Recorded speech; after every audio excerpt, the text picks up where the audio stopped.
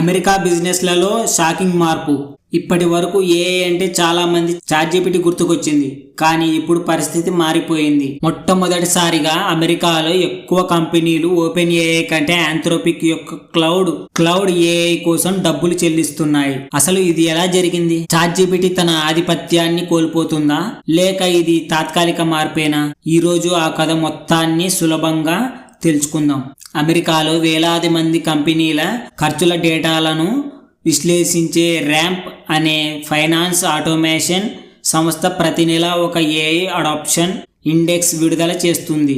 ఈ ఇండెక్స్ ద్వారా ఏ AI company ఎంతమంది వ్యాపారులు ఉపయోగిస్తున్నారో అర్థమవుతుంది. మే 2026 రిపోర్ట్లో ఒక పెద్ద ట్విస్ట్ కనిపించింది. ఆంథ్రోపిక్ యొక్క క్లౌడ్ ఏఐ బిజినెస్ అడాప్షన్ 34.4% చేరుకుంది. అదే సమయంలో ఓపెన్ ఏఐ 32.3% పడిపోయింది. అంటే మొదటిసారిగా చాట్‌జీపీటీ కంటే క్లౌడ్ కోసం ఎక్కువ అమెరికన్ వ్యాపారులు డబ్బులు చెల్లిస్తున్నారు. ఇది ఏఐ ప్రపంచంలో చాలా పెద్ద సంఘటనగా పరిగణిస్తున్నారు.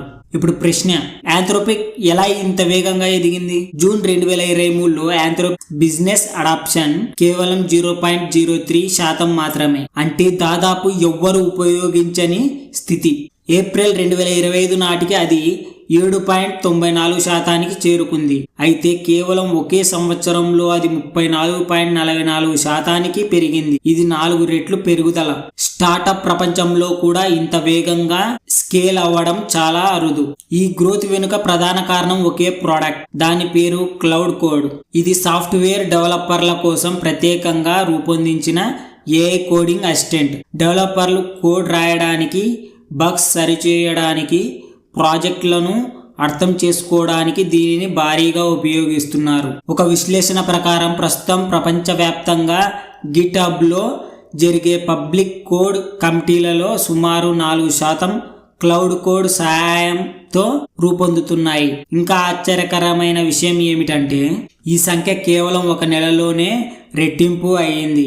అంటే డెవలపర్లలో క్లౌడ్ కోడ్ వినియోగం పేలుడు వేగంతో పెరుగుతోంది. ఇప్పుడు ఓపెన్ ఏఐ పరిస్థితి ఏమిటి? ఓపెన్ ఏఐ ఇప్పటికీ ప్రపంచంలో అత్యంత ప్రసిద్ధి ఏఐ కంపెనీల్లో ఒకటి. చాట్‌జీపీటీకి కోట్లాది యూజర్లున్నారు. కానీ బిజినెస్ మార్కెట్లో మాత్రం కొంత ఒత్తిడి కనిపిస్తోంది. 2025 మధ్యలో ఓపెన్ ఏఐ బిజినెస్ అడాప్షన్ దాదాపు 36.5% చేరుకుంది. అక్కడి నుంచి క్రమంగా తగ్గుతూ ఇప్పుడు 32.3% వచ్చింది. ఇది ఓపెన్ ఏఐ ఓడిపోయిందని కాదు, కానీ పోటీ చాలా తీవ్రంగా మారిందని మాత్రం స్పష్టంగా చెబుతుంది. ఇక్కడ ఒక ముఖ్యమైన విషయం అర్థం చేసుకోవాలి. కన్సూమర్ మార్కెట్ మరియు బిజినెస్ మార్కెట్ రెండు వేరువేరు. సాధారణ వినియోగదారులు చాట్‌జీపీటీని ఎక్కువగా ఉపయోగించవచ్చు, కానీ కంపెనీలు తమ అవసరాలకు తగిన ఏఐ టూల్స్ ని ఎంచుకుంటాయి. ప్రత్యేకంగా సాఫ్ట్వేర్ కంపెనీలు కోడింగ్ పనులు కోసం క్లౌడ్ కోడ్ వైపు ఎక్కువగా మొగ్గు చూపుతున్నాయి. అందుకే ఆంథ్రోపిక్ కి ఈ భారీ గ్రోత్ కనిపిస్తుంది. అయితే కథ ఇక్కడితో ముగియదు. ఆంథ్రోపిక్ ముందంజలో ఉన్నప్పటికీ కొన్ని ప్రమాదాలు కూడా ఉన్నాయి. వెంచర్ బీట్ రిపోర్టర్ ప్రకారం ఆంథ్రోపిక్ విజయానికి కారణమైన అదే అంశాలు భవిష్యత్తులో సమస్యలుగా మారే అవకాశం ఉంది. మొదటిది కంప్యూట్ కాస్ట్. ఏఐ మోడళ్లను నడపడానికి భారీ స్థాయిలో జీపీయూలు మరియు డేటా సెంటర్లు అవసరం. యూజర్లు పెరిగితే ఖర్చులు కూడా భారీగా పెరుగుతాయి.